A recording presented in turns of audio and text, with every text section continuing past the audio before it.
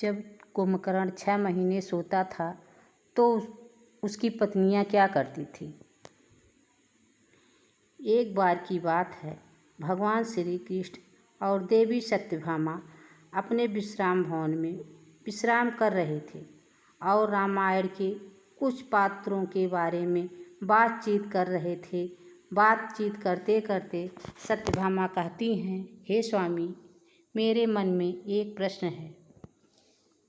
आपकी आज्ञा हो तो आपसे प्रश्न पूछना चाहती हूँ। तो भगवान श्री कृष्ण कहते हैं, हे देवी, तुम निसंकोच होकर पूछो, मैं तुम्हारे हर प्रश्न का उत्तर देने को तैयार हूँ। तब देवी सत्यभामा कहती हैं, हे प्रभु दया के सागर, कुंभकर्ण के 6 महीने सोने के बाद उनकी पत्नी क्या होता था। तो भगवान श्री कृष्ण बोले, हे देवी, तुम्हारे इस प्रश्न से समस्त नारी जात का कल्याण होगा, क्योंकि एक नारी ही समझ सकती है। श्री कृष्ण कहते हैं, हे देवी सत्यभामा, मैं तुमको एक कथा सुनाता हूँ। उसी कथा में तुम्हें यह पता चल जाएगा कि कुंभकर्ण के सोने के बाद उनकी पत्नी क्या करती थी। हे देवी, इस कथा को जो भी स्त्री सुनती है वह सदा सुहागिन रहती है और हर पुरुष के जीवन में पत्नी का वियोग नहीं होता। तो देवी सत्यभामा कहती हैं, हे स्वामी, मैं इस कथा को ध्यान से सुनूंगी, कृपया आप इस कथा को सुनाना प्रारंभ कीजिए। तो भगवान श्री कृष्ण कथा को सुनाते हुए कहते हैं, रामायण का एक प्रमुख पात्र कुंभकर्ण, जो कि लंकापति रावण का छोटा भाई था। रावण का यह भाई इतना भयंकर था कि एक दिन में अनेक जीव जंतुओं का भक्षण अकेले ही करता था। इसके बाद भी कुंभकर्ण के पेट में चूहा नहीं, हाथी दौड़ती थी। भूख शांति न होने पर वह अपनी प्रजा को खा जाता था। ब्रह्मदेव भी कुंभकर्ण की शक्ति से दुखी थे, क्योंकि ब्रह्मदेव को पता था कि आज नहीं तो कल कुंभकर्ण की भूख से सारा संसार में हाहाकार मच जाएगा। फिर एक दिन रावण, विभीषण, कुंभकर्ण तीनों भाइयों ने मिलकर ब्रह्मा जी की तपस्या प्रारंभ की। काफ़ी दिन तक घोर तपस्या करते रहे, फिर भी ब्रह्मा जी उनके सामने प्रकट हुए। ब्रह्मदेव ने तीनों भाइयों से वरदान मांगने के लिए कहा। रावण ने अमृत प्राप्ति का वर मांगा, लेकिन यह वरदान देने से ब्रह्मा जी ने मना कर दिया और कहा, तुम्हारा जीवन तुम्हारे नाभि में स्थित है, जिससे शत्रु आसानी से तुम्हारा वध नहीं कर सके। वही जब विभीषण की बारी आई तो उन्होंने संपूर्ण जीवन में विष्णु भक्ति मांगी। कुंभकर्ण ने इंद्रासन पाने की इच्छा से यह घोर तपस्या की थी, जिससे इंद्रदेव भी चिंतित थे। इंद्रदेव अपनी चिंता लेकर देवी सरस्वती के पास पहुँचे और उनसे विनती की कि आप कुंभकर्ण की मत फेर दें, जिससे वह इंद्रासन ना मांगे। इंद्रदेव की व्यवस्था सुनकर देवी सरस्वती कुंभकर्ण की जीवा में बैठ गईं और जब ब्रह्मदेव ने कुंभकर्ण से वर मांगने को कहा, तब कुंभकर्ण ने इंद्रासन की जगह निद्रासन मांग लिया। इतना कहते ही ब्रह्मदेव ने तथास्तु कह दिया। लेकिन रावण और विभीषण ने विनती ब्रह्मदेव से की और कहा, यदि ये आजीवन सोता रहेगा तो संसार सुख कब देखेगा। यह सुनकर ब्रह्मदेव ने 6 माह बाद एक दिन कुंभकर्ण को दे दिया और अगले ही दिन से 6 महीने तक सोने को कह दिया। सोते रहने के वरदान के साथ साथ ब्रह्मदेव ने यह भी चेतावनी दी थी कि यदि कोई समय से पूर्व कुंभकर्ण को जगाएगा तो वह दिन कुंभकर्ण का आखिरी दिन होगा। इतना कहकर ब्रह्मदेव अंतर्ध्यान हो गए। ब्रह्मा जी के वरदान के अनुसार कुंभकर्ण 6 महीने सोता था, फिर एक दिन जागता था। इस वरदान के बाद कुंभकर्ण सो गया। 6 महीने बाद उठा तो पूरी लंका में हाहाकार मच गया, क्योंकि उसका शरीर एक विशाल पर्वत की तरह था और उठते ही उसे भूख लगी। सबसे पहले उसने लंका में खाना ढूंढना शुरू किया। उसने लंका के वाटिका से फल तोड़कर खा लिया। सभी फल खाने के बाद भी उसका पेट नहीं भरा, तो उसने लंका से बाहर जाकर लोगों को खाना शुरू किया। कुंभकर्ण का शरीर बहुत बड़ा था, तो वह आदमियों को अपनी एक उंगली से उठा लेता था और उठाकर अपने मुंह में चबा लेता था। फिर रावण ने मंदोदरी से विवाह किया, तो उसके बाद रावण ने बाली से अपने भाई कुंभकर्ण के लिए उनकी कन्या ब्रजबाला का हाथ मांगा। ब्रजबाला बाल की पुत्री थी और बाल विरेचन का बेटा था। वामन अवतार में जब भगवान विष्णु ने बलि से 3 पग धरती मांगी थी, तो उस समय ब्रजबाला वहीं पर थी और सबको देखने के बाद ब्रजबाला एक शक्तिशाली कन्या बन गई। उसे हथियार बनाने की अच्छी समझ थी। रावण के बोलने में कुंभकर्ण और ब्रजबाला का विवाह हो गया। ब्रजबाला कुंभकर्ण के साथ लंका में आ गई और लंका में बड़े बड़े अस्त्र शस्त्र बना रही थी।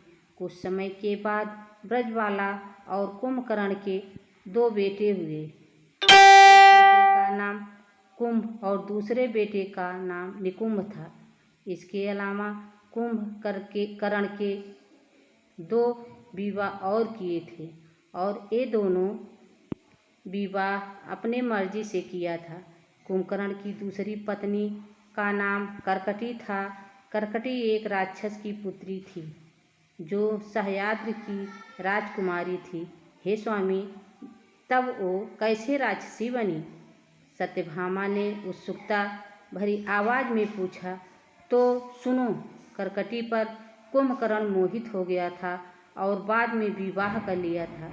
कर्कटी से कुंभकर्ण को पुत्र पैदा हुआ जिनका नाम भीमासुर था, जो कि एक क्रूर राक्षस था। कर्कटी कुंभकर्ण के साथ लंका में नहीं रहती थी, वह पर्वत में रहती थी और अंत तक वहीं रही। कुंभकर्ण का तीसरा विवाह कुतुमपुर के महोदर नामक राजा की बेटी तड़पमाला से हुआ था, जो बाद में लंका में ही रह रही थी। कुंभकर्ण की पहली पत्नी ब्रजबाला को रावण की शास्त्र बनाने वाली सेवा का सेना नायक बना दिया, क्योंकि उसे शास्त्रों के बारे में बहुत ज्ञान था। इसलिए वह अपनी सेवा के साथ शास्त्र बना रही थी और कुंभकर्ण की तीसरी पत्नी तड़पमाला उसके लिए 6 महीना तक भोजन बनाती थी, ताकि जब कुंभकर्ण उठे तो भोजन को खाकर उसकी भूख मिट जाए। हे देवी, रावण और कुंभकर्ण शुरू से राक्षस नहीं थे, एक शाप के कारण वे राक्षस बने।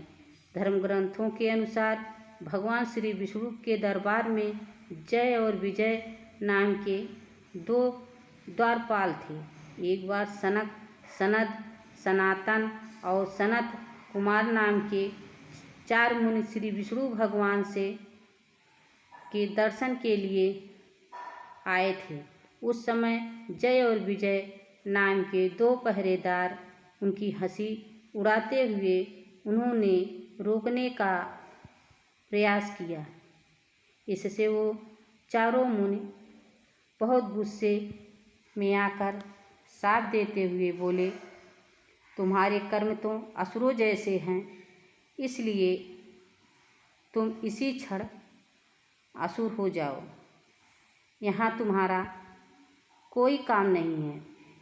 इस पर जय और विजय को अपनी गलती का एहसास हुआ और उन्होंने अपनी गलती की क्षमा मांगी। इस पर उन ऋषियों ने कहा, हम शाप तो वापस नहीं ले सकते, परंतु इतना हो जाएगा कि तुम्हें हमेशा के लिए, बल्कि 3 जन्मों के लिए असुर योनि में रहना पड़ेगा, और तीनों ही जन्मों तुम्हें मुक्त करने के लिए स्वयं भगवान विष्णु ही आएंगे।